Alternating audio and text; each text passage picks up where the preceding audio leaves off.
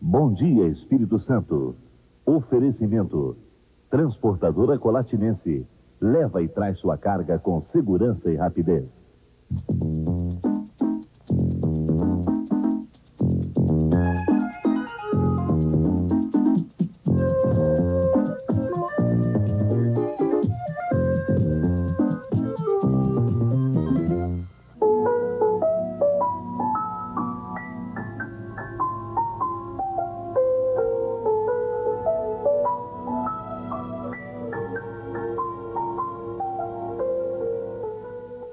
Bom dia, 7 horas 30 minutos. As eleições começam a ficar mais perto. Faltam um pouco mais de 2 meses e daqui para frente a tendência é de que as campanhas comecem a esquentar.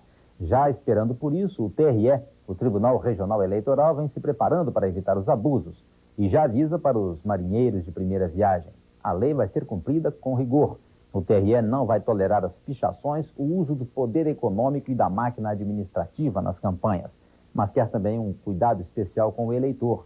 O tribunal vai fazer uma campanha para evitar o voto em branco, o voto nulo e quer que os candidatos também trabalhem pelo esclarecimento do eleitor. O presidente do TRE, o desembargador Arione Vasconcelos, está aqui com a gente para dar mais detalhes no final do programa. E o prefeito Vitor Boas, aqui de Vitória, não está mesmo disposto a engolir calado a coligação que seu partido, o PT, fez com o PDT do governador Albino Azeredo. O prefeito não participou das discussões finais e acha que muita coisa precisa ser esclarecida. Do contrário, fica difícil para o eleitor entender que os candidatos apresentados vão dar seguimento à sua administração. O prefeito está aqui com a gente daqui a pouco, dá a sua versão sobre essa crise que existe hoje dentro do PT. Passamos agora às manchetes mais importantes do Jornal A Gazeta dessa quarta-feira, dia 8 de julho. Manchete no jornal desta quarta-feira: mortos assassinos de federais do Espírito Santo. E a notícia foi comemorada aqui no estado pelo secretário de Segurança, José Augusto Bellini. Ele disse que bandido tem que pensar 2 vezes antes de atirar num policial, porque mais cedo ou mais tarde vai ter o troco. Em destaque também no jornal de hoje que os empresários dão apoio a Collor. Zélia admite que PC fez pedidos. Estado reduzirá investimento em 77,5% este ano. E a gente tem detalhes no Bom Dia. E ainda, aposentados vão receber os 147% em setembro. E o Capixaba está experimentando um friozinho nessa quarta-feira. A previsão do Departamento Nacional de Meteorologia é de que o tempo vai ficar nublado e a temperatura não muda. Aqui em Vitória choveu de madrugada e o tempo amanheceu nublado, trazendo os agasalhos de volta. Professores em greve prometem parar hoje o centro da cidade. Eles fazem um ato público na Praça 8 contra o governo do estado. Mais detalhes daqui a pouco. Agora vem o comercial. Até já.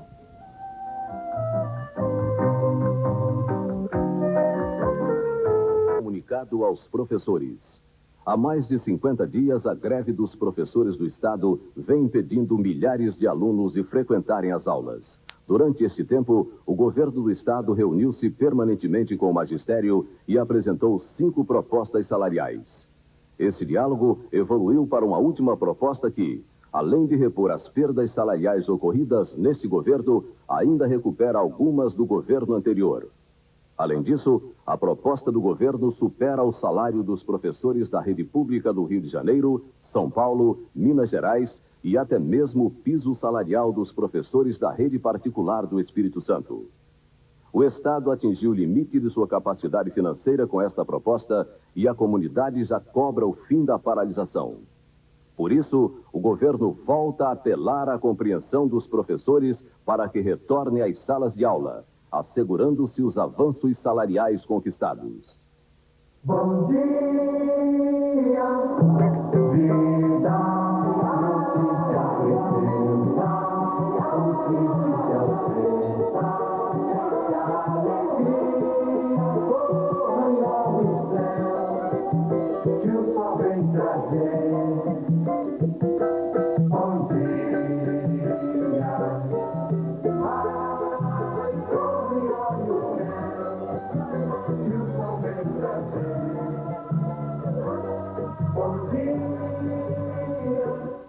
São 7 horas e 34 minutos. E o prefeito da Serra, Adalto Martinelli, está impedido, pelo menos por enquanto, de pegar o empréstimo de 10 bilhões de cruzeiros na Caixa Econômica Federal. Um grupo de deputados e vereadores entrou na Justiça pedindo a suspensão do empréstimo e conseguiu uma liminar determinando a suspensão. O grupo de deputados e vereadores argumenta que o prefeito não disse como e nem onde os 10 bilhões seriam aplicados. Não apresentou nenhum projeto. Isso seria um risco, porque o prefeito Adalto Martinelli já está em final de mandato. Agora de manhã a gente tentou falar com o prefeito, mas não conseguiu.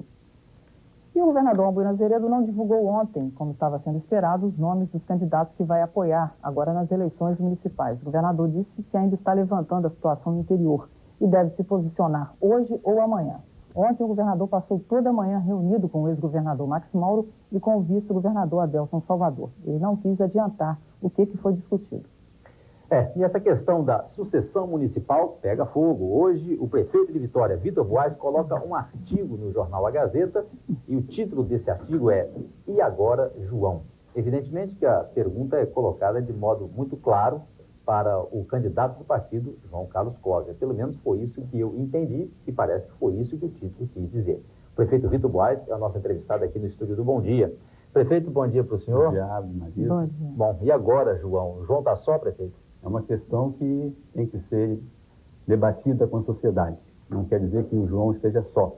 O João é o candidato do PT, o João é o candidato da coligação, mas existem algumas questões internas do partido que têm que vir à tona, que têm que ser debatidas com a sociedade. Prefeito, perdão, Marisa, o que magoou o senhor nesse processo todo? O candidato João Cóssia foi, de fato, oposição à administração do senhor? Sim, o candidato João Carlos Cóssia pertence a um grupo político interno do partido que tem concepções diferenciadas de partido, de governo, de Estado e de sociedade. E foi um grupo que sempre fez oposição, não só internamente ao nosso grupo político, como também à administração. E por que ele faz oposição? É porque tem diferenças políticas caracterizadas dentro do partido. Anteriormente às prévias, o candidato defendia uma política de alianças restrita, defendia que o partido saísse sozinho. Nós sempre fomos considerados como a direita do partido, como social-democratas, porque sempre defendemos uma política de alianças mais ampla. Quer dizer, nós temos concepções diferenciadas do que o Estado, do que é o partido e do que é a sociedade. Por isso que essas diferenças têm que ser colocadas para que o partido não fique exigindo que entre numa campanha do candidato de forma ardorosa. Eu não posso fazer uma coisa dessa. Eu defendo o projeto político do partido. Mas aí não eu vou defender a campanha de todos os candidatos do partido. Porque se ele fala que vai dar continuidade à administração, isso é pouco. Isso é uma coisa restrita. Qualquer candidato pode dizer isso. Mas ele tem um projeto político que não é o mesmo projeto político que nós defendemos. Agora, isso não faz parte da democracia interna de um partido, divergências políticas? A democracia interna é uma coisa, agora a coerência política é outra coisa. Se eu tenho um discurso dentro do partido e para fora, para a sociedade, eu faço outro discurso, isso é uma incoerência. E se há um desvirtuamento na democracia interna do partido, nós temos que questionar esse desvirtuamento interno na democracia interna do partido. Nós queremos que a sociedade participe desse debate. Por isso é que nós estamos abrindo o debate. Eu não vou fazer campanha de nenhum outro candidato de outro partido político, por uma questão de fidelidade partidária. E quando eu digo fidelidade partidária, não é fidelidade a esse ou aquele grupo político. Porque se existe um projeto político que é diferente do meu, eu não posso defender esse projeto político. Então a gente pode entender de uma vez por todas que esse agora, João, é o seguinte: bom, João, você foi oposição e agora você não vai... Eu não estarei com você no palanque. Eu tenho uma proposta política que é colocada para a sociedade. Quando eu digo que o voto não se transfere, o voto se conquista, é porque se o candidato não tem uma identidade política comigo, com o prefeito de Vitória, o candidato vai ter que conquistar a cidade, vai ter que conquistar o eleitor. Não é simplesmente o prefeito ir e dizer, vote nesse candidato porque ele representa o meu projeto político e a continuidade desse projeto político. Prefeito, o senhor foi considerado, o senhor disse na entrevista, que foi considerado como direita dentro do partido, João Cóssia era da esquerda dentro do partido. Como é que o senhor vê essa aliança de João Carlos Cóssia com um empresário, João Luiz Tovar? Olha, a coligação foi uma coisa que nós sempre defendemos. Quer dizer, a Frente Vitória se mantivesse com o PSDB e ampliando para o PDT. Certamente que isso não foi possível dentro das discussões internas do partido. E o candidato tirado como vice na chapa do PT foi o empresário João Luiz Tovar, que é um empresário que tem que participou, inclusive, estimulou a nossa campanha eleitoral, e nós não temos como questionar essa coligação que foi feita. A direção do partido optou por fazer uma coligação também com o PDT e nós não podemos questionar. Agora, nós queremos questionar, eu não participei das discussões e do acordo político que foi feito, porque desde as prévias eu me senti descredenciado pelo partido para dar continuidade às negociações, já que o candidato João Carlos Coser tinha concepções diferenciadas do que era coligação, do que era uma eleição, do que era um projeto político para a administração municipal. Então, eu me senti descredenciado, não foi simplesmente ter me afastado porque o meu candidato perdeu as prévias, mas porque há projetos políticos diferentes que eu não posso continuar defendendo. Prefeito, eu gostaria de encerrar essa entrevista com uma pergunta final. Hoje, parece que a gente, olhando o quadro, nós temos como se fossem duas agremiações. De um lado, o ex-governador Max Mauro, o vice-governador Adelson Salvador e o candidato a prefeito do PSDB, Paulo Atung. Do outro lado, a gente tem o governador do estado, Albino Azeredo, o prefeito de Cachoeira, Teodorico Ferraz, o prefeito Nivaldo dos Anjos, o prefeito de Lubinda. O senhor, nesse momento, se coloca de que lado? Eu me coloco do lado do projeto político do Partido dos Trabalhadores, que eu sempre defendi e que eu não vou deixar de defender.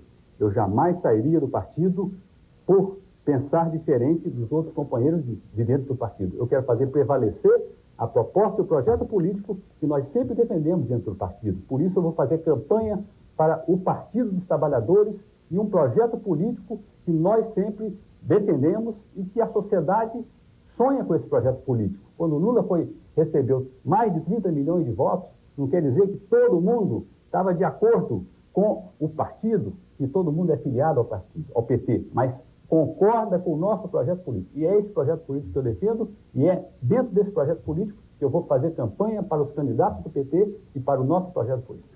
Prefeito, muito obrigado ao senhor pela presença, pelas informações. Eu acho que fica, mais uma vez, a pergunta, né? Colocada já no artigo de hoje. E agora, João? A greve na escola técnica já passou de um mês. E até agora o governo federal não deu nenhuma confiança para o movimento. Vocês vão ver depois dos comerciais. A Companhia Vale do Rio Doce acaba de colocar em operação o primeiro de um conjunto de 6 precipitadores eletrostáticos. São filtros gigantescos de alta eficiência que tiram do ar a poeira gerada por suas usinas. Este é mais um grande investimento cujos benefícios se distribuirão por toda a Grande Vitória. A Companhia Vale do Rio Doce acredita que é possível produzir sem poluir em benefício de todos. Por isso, ela faz.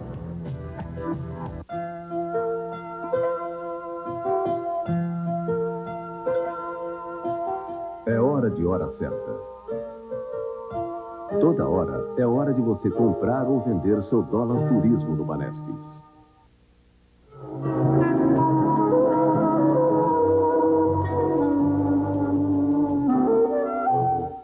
Vamos aos preços do café. O mercado ontem fechou com uma pequena alta. O Arábica 4 ficou em 150 mil cruzeiros, o Arábica 7, 135 mil, Conilon 7 com até 10% de broca, 106 mil, e o 78 com mais de 10% de broca, 97 mil cruzeiros.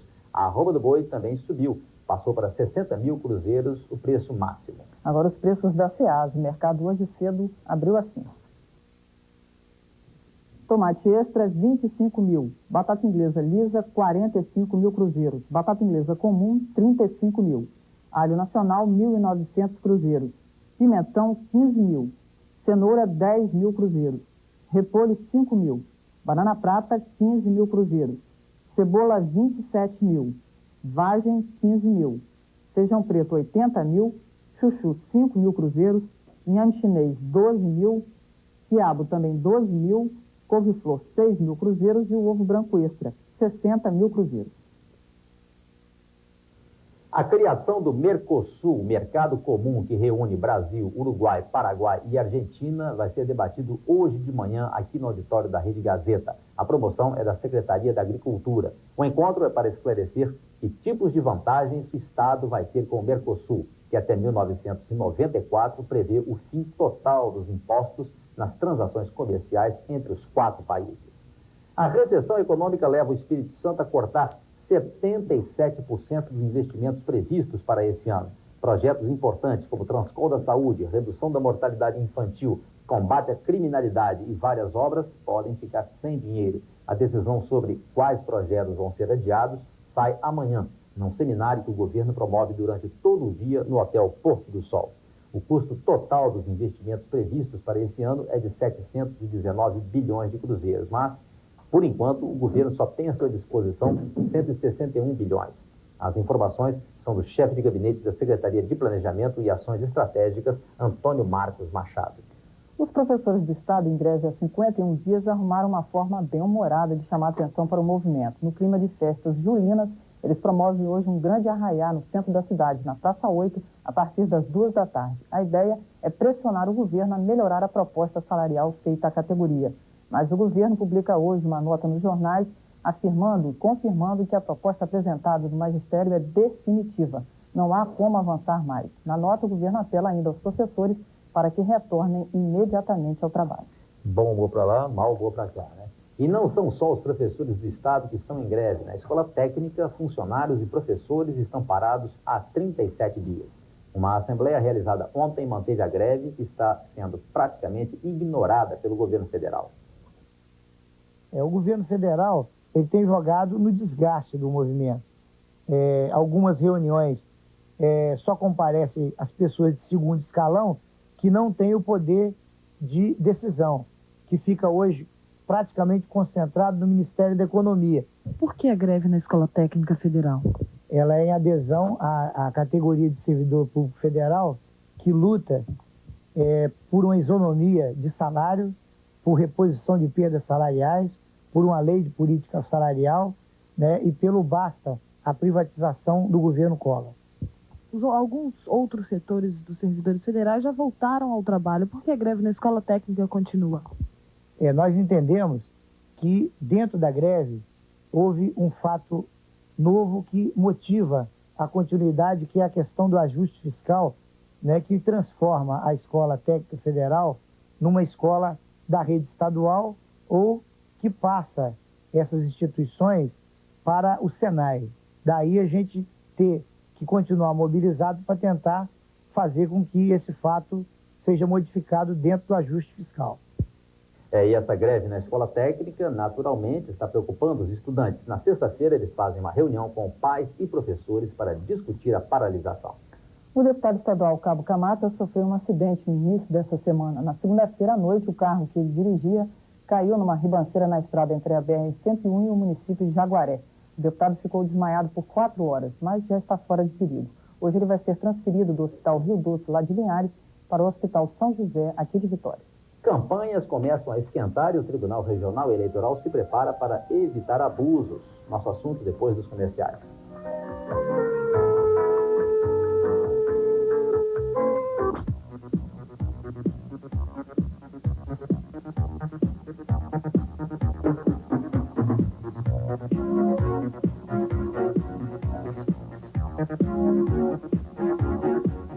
A harmonia perfeita. A qualidade Chevrolet e o seu estilo de vida. Informações e vendas, Vitória, Linhares e São Mateus. Na televisão eu faço minhas trapalhadas, mas com a minha família eu não brinco. Reformando a minha casa, procurei descobrir que as melhores telhas são as telhas Sibonacci. As telhas Sibonacci, produzidas com argila especialmente preparada, resultam em um produto com segurança, beleza e qualidade, garantindo um perfeito encaixe. Birita pode ser qualquer uma, mas telha só as Sibonacci. A única 5 estrelas.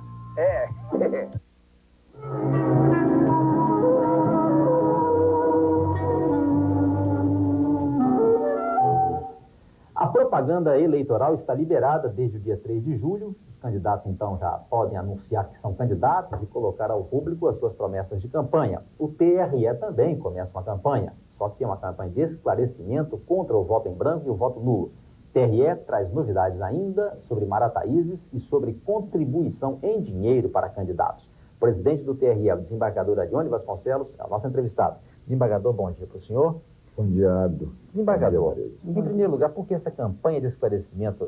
O TRE quer o que? Evitar que as pessoas votem em branco e nulo? Há uma tendência de rejeição a candidatos por desinformação do próprio eleitorado.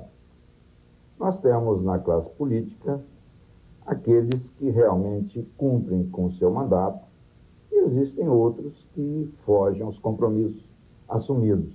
Isso traz, principalmente no momento político de hoje, um certo descrédito para o eleitor menos esclarecido. Nós entendemos que o político brasileiro, de um modo geral, é sério e ele não deve sofrer as consequências daqueles que utilizam mal os seus mandatos. E o povo deve aproveitar os melhores candidatos para manifestar a sua opinião em torno da classe política. Eu não vejo... Por que é ruim votar nulo ou branco? Porque isso demonstra um despreparo do próprio eleitor. E cabe aos partidos políticos... Você não acha que é uma manifestação também, desembargador? Uma manifestação de quem está desinformado.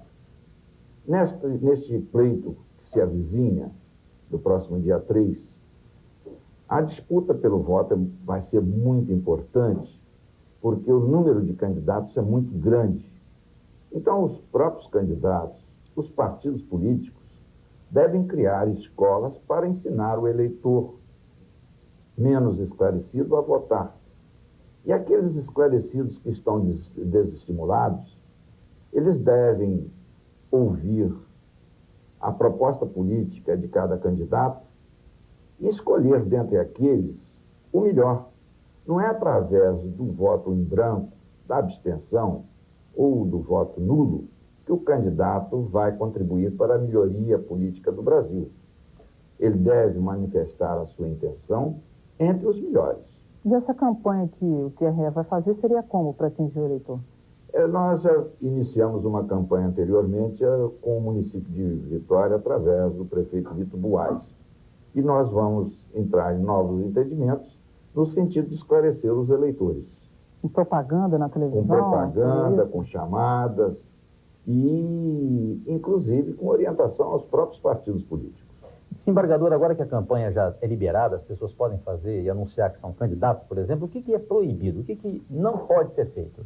Bom, em primeiro lugar, a campanha já estava liberada a partir do momento em que houve a convenção de aprovando os candidatos. Então, a partir dali, já era possível iniciar o processo de campanha eleitoral. O que não se permite são a colagem de cartazes, a destruição dos prédios públicos e particulares,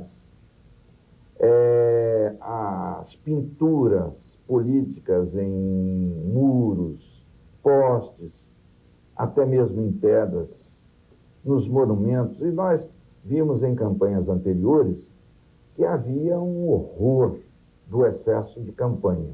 E hoje a justiça eleitoral é rigorosa nesse passo. Quer dizer, não pode pichar, né? Quer dizer, não pode. Em linguagem popular é isso.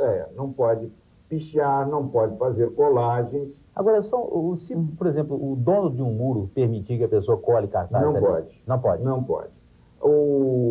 Os prefeitos irão fixar os locais próprios para que os candidatos de todos os partidos, de todos os segmentos, utilizem para suas propagandas. Perfeito. E os outdoors, os juízes fiscalizadores da propaganda eleitoral irão controlar, para evitar também o abuso do poder econômico. Agora, desembargador, a gente aqui da imprensa já divulgou pelo menos 2 casos de crime eleitoral, um em Guarapari e um aqui na Serra, onde um candidato estava incentivando invasões.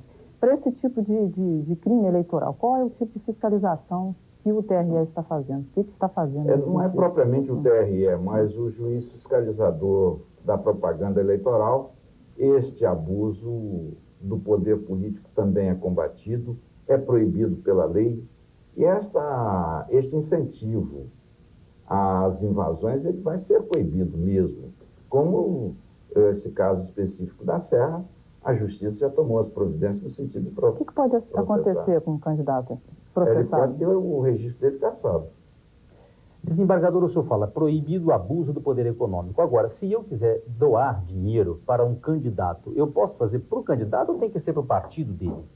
Os partidos políticos terão um prazo para a criação dos seus comitês de propaganda. E é o comitê de propaganda que fixará a forma de gasto de cada candidato. Ele estipulará o valor que cada candidato poderá gastar. E fixará as normas também para recebimento de contribuições, inclusive de pessoas físicas. Quer dizer, a jurídica... empresa privada não pode. O poder público não pode participar com numerário para a campanha política. Mas eu posso. A pessoa física pode? Pode, com limites. Você há de depois prestar suas contas também à fiscalização federal com o imposto de renda. Enfim, pode dar dinheiro, mas tem que ser para o partido e de forma clara, não pode ser ao escondido. comitê de propaganda política. E esta fiscalização, ela é feita por um comitê interpartidário formado por elementos de todos os segmentos. Desembargador, para encerrar essa entrevista, eu só queria saber a situação de Marataízes. Vai ou não vai ter eleição em Marataízes? Bom, Marataízes, nós tivemos um fator anormal, um mandado de segurança já impetrado há alguns meses, negada a liminar inicialmente, ela foi concedida em meio ao processo de registro de candidatos.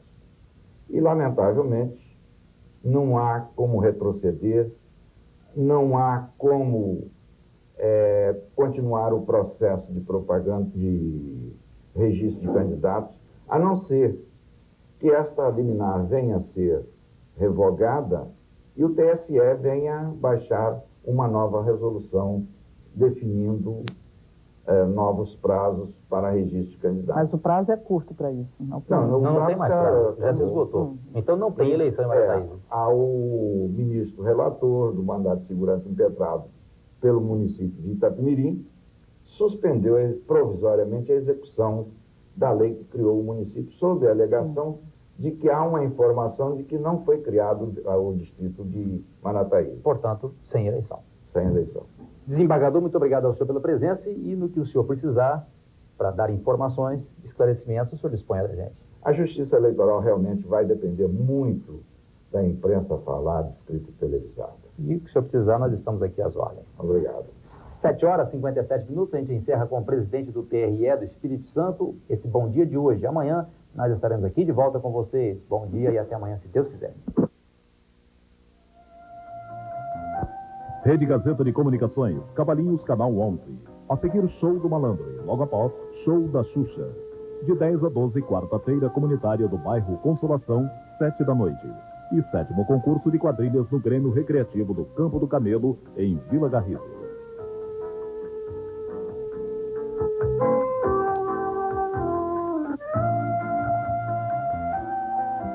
Bom dia, Espírito Santo. Oferecimento. Transportadora Colatinense. Leva e traz sua carga com segurança e rapidez.